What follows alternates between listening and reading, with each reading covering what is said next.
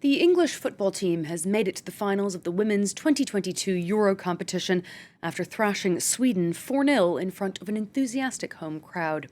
Now France will take on Germany in the second semi-final match, vying for a place in this weekend's final. Selina Sykes from our sports desk is following all the action for us. Selina, the French women are in rather unprecedented territory this evening. Yeah, that's right, Kate. This French side has finally broken their quarter-final curse.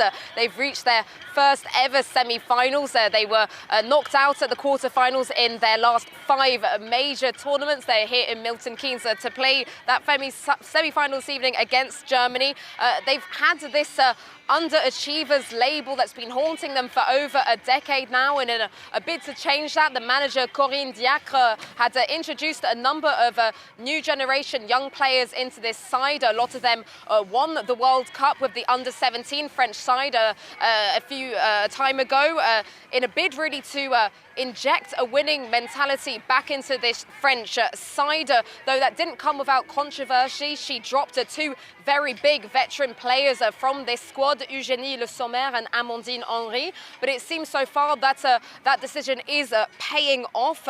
There was a lot of talk ahead of this tournament about drama off the pitch in this French side. It's no secret really that there's been a lot of tension in this squad since Diacre took over in 2017, and it's really been a big contribution to their downfall in previous tournaments.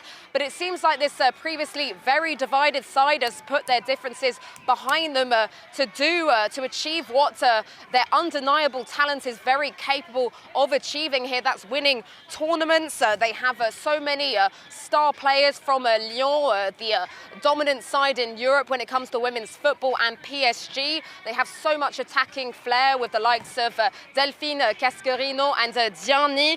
The big problem for the French side is consistency. They blew away Italy 5-1 in their opening game, then had a less emphatic 2-1 win against Belgium, and in their final group game they drew 1-1 with Iceland. In their quarter-final game against the Netherlands, they dominated. They had 33 shots on goal, though they lacked that clinical execution in front of it. It took a penalty in extra time for them to secure their place in the last 4. It looks like they are missing their star forward, Marie-Antoinette Katoto, who picked up an ACL injury in her second game.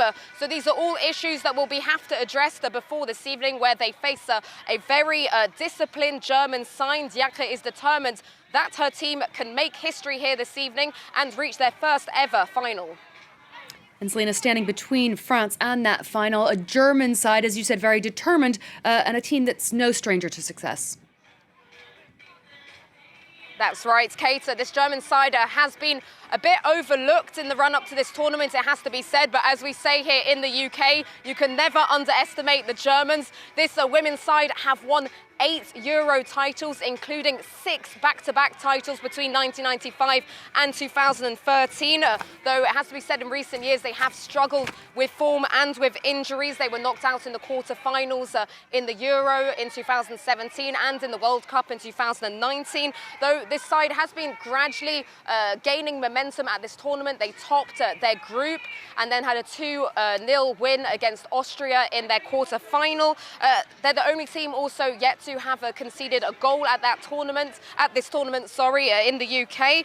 The star of their team so far is forward Alexandra Popp. She, funnily enough, is featuring at her first ever Euros, and she's definitely making up for lost time. She has really been on prolific form in this tournament, and the Germans will hopefully be hoping that she'll be performing here this evening. And just one blow for the German camp this evening. Their winger, Carla Bull, has caught COVID and will be sitting out this evening. So that's one blow for the German side. And as you mentioned, Kate, England have qualified after beating Sweden 4-0 yesterday. And I think the Lionesses will be watching this game very closely to see who they will be facing at Wembley on Sunday. Selina Sykes, thanks so much for that update on the second Euro semi-final coming up this evening.